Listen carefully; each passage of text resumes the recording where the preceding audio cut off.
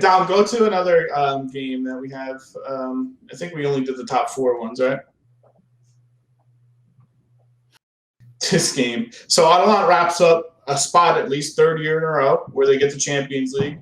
So, I mean, consistency. Daniel, this is a game that Atalanta play light. Yeah, I know, and they still won. Yeah, they still won 4-3, but if you would have left a little bit, maybe Genoa would have get it to 4-4. Yeah, but you can't say that. Let the game end. Might have been better for you. Might have been better. I understand the Genoa, the starter he left on the bench. Then the starters they came in. Yeah, they play with a lot of backups. Second after they come in. Whatever. I saw Portanova with a great back kick though. Set up that 3rd goal. Man, that guy's got skill. Juventus should have never got rid of him. Yeah.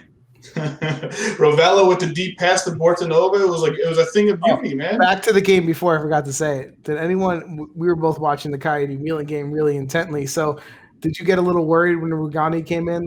5 minutes. We said that. We said he was going to own goal. I almost thought he was. I was like, I can see Rugani scoring on own goal just to screw Juventus, like in the ultimate. Up yours. Well, things you want to take away from Atalanta, because they're going to play against Juventus on Wednesday. Like, it's going to be tough to stop Malinowski and Zapata up top. Plus, I'm sure Muriel, they were saving Muriel for the game Wednesday. They're very tough to stop. And I don't know that Chiellini can bounce back 3 days later from a game he just played against Lukaku. I don't know that he's going to have all that strength and all that energy to do it again against Zapata. So I think it's a dangerous, dangerous game for. They have so many ways they can beat you, and they run so much. But don't forget, last time Atalanta played Juventus, Zapata and Muriel did nothing.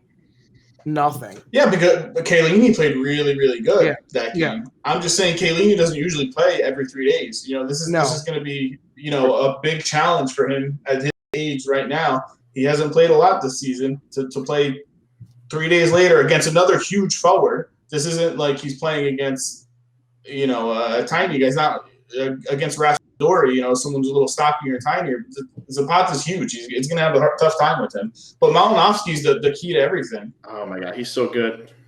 He's so good. Well, I always said that last year, Malinowski. You guys laughed at me, and I said Malinowski's like Carman Dybala. We did not. Well, yes, because he's not Dybala. No, Malinowski has played that well. He leave Ilicic outside. Yeah, on the he's bench. better than Ilicic. Yeah, he's better than Ilicic. Yeah. Right now, yes. Brian said in the chat, raise your hand if you thought Atalanta was going to spiral without Gomez. He said, I was wrong. I said that. I said that Gomez was going to be a huge loss. But I also said that if Atalanta is letting him go, we know that they know what they're doing and that they have a replacement for him already. And they had Pacino, who they had taken back from Verona, and Malinowski they knew was ready to make the jump. So, yes, they got rid of Gomez, who's doing good in Sevilla. He's playing really good over there. But they had the replacements. So that's why you trust their management. We were worried about losing Gomez. Yeah, we trusted him, though. The one extra, it's that guy over there. Muriel. Oh, that's the thing. He didn't even play on Sunday. He's gonna play on Wednesday. I thought I read too that he already said that he's staying next season, which is fantastic for them. That's what he says. We'll see what kind of offer. Oh yeah, Brian. Atalanta has probably, I think, the deepest team in all of Serie A in terms of quality. Over Juventus, over Inter, even because I think they're not as well known players, but they all can play the ball. Yeah, but hey, listen to guys.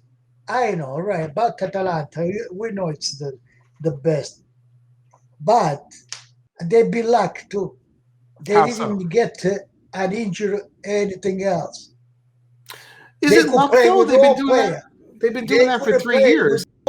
No, they had all the people, disposed. No, yeah, they did for a little. I mean, Pasalic was out a lot this season. Yeah, Pasalic. But I think physically fit. I think it has to do with how physically fit they always are. I think that's why they get less injuries, and they're young. Also, they don't have a bunch of old guys. Also, Golini missed the first 2 months, didn't he? I know Sportiello is good, but Golini was hurt in the beginning, right? Yeah. And you know what the funny thing is? Guy. They all guy injured. Possibly the funny part is we're talking about their depth. Romero for their first was hurt squad a little bit. If you go down, Artebor too. I said yeah, Artebor was hurt. The funny part is you guys are talking about their first squad, their first team is so deep. Their under 23 team is one of the best in the league. They have so much young talent that you guys don't even know about that is just going to keep coming through.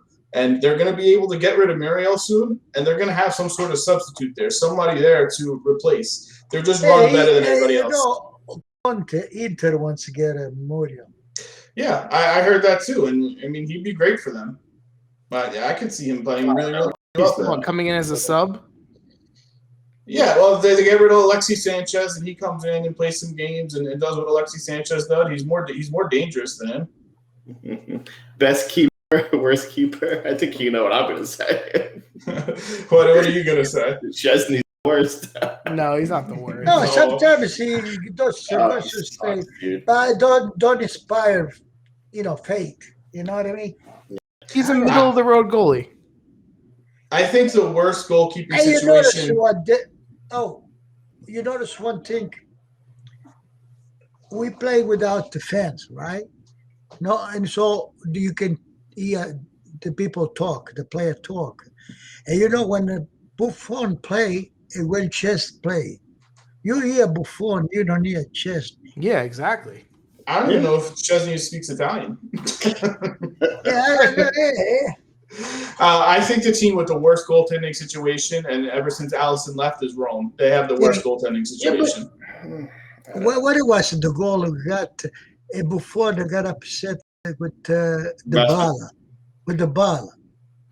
Remember when Raspadori scored? Yeah. He said he more contrast him. Yeah. That was midfield. He got upset.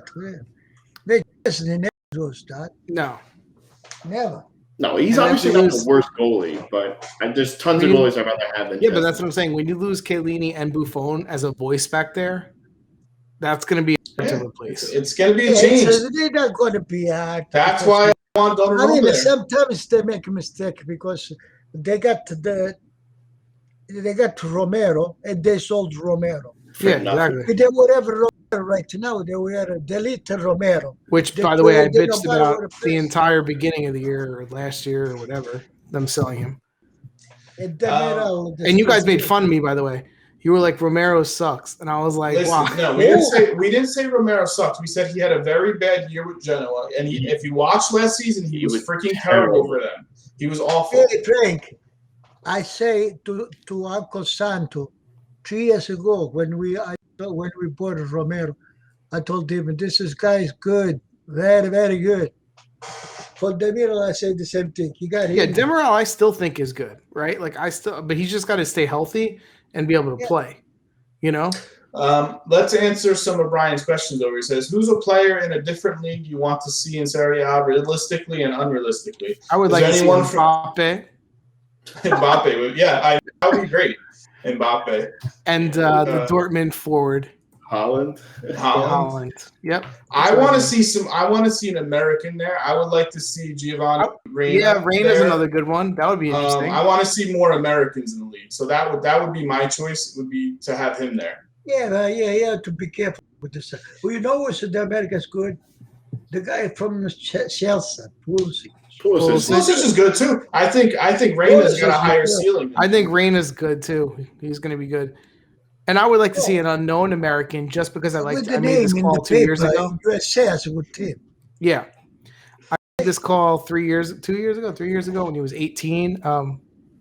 Mihailovic, I think he still plays in the Chicago Fire. Who's the goalie? USA goalie. He's on Manchester City. He's the backup for Manchester City. He's Stefan. He's really good. Yeah? Yeah, he's good.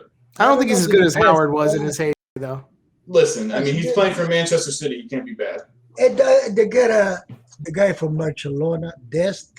That's what I'm saying. I would love to see the people. They have good guys in the league to grow the league. I agree with that, Dan. I think that would be good. I think that would. Who's the coach? The U.S. coach. Who's the coach? Berhalter. I don't know how to say his name. what he's talking about. This That's guy. the problem. That's doubtful. National team player. All right, so here's another question. You said, I'm hijacking this podcast. Who's a player that deserves more money in Serie A? Who's a player who needs to take a pay cut, has his paycheck deserved?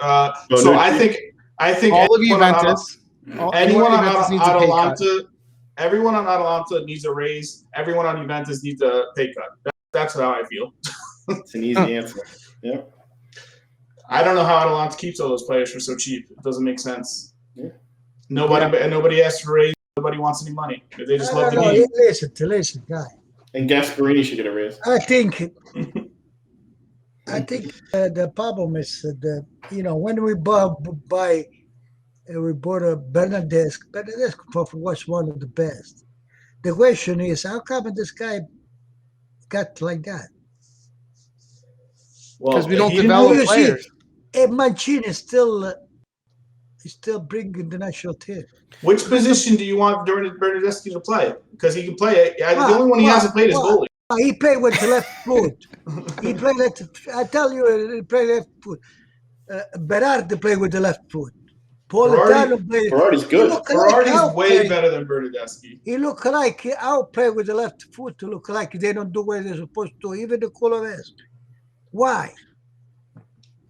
We're boring. We spend the money for those people. I don't think there's anything to do with left foot, right foot. I think it's Juventus. No, I'm saying the position. I'm saying I think it's because Juventus does. How come they perform Berardi, Politano? Because it goes back to what we said. Even the guy from Bologna, Orsolini.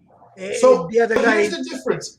Orsolini's had Mihailovic for the last 3 years. Bernardeschi's had Sarri. He's had Allegri. He's had Pirlo. He's had a different coach 3 years in a row. Daniel, I'm trying to tell you, they play all on the right side with the left foot.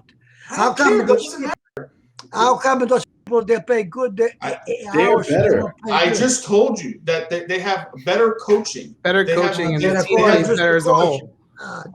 He's had 3 different coaches in 3 years.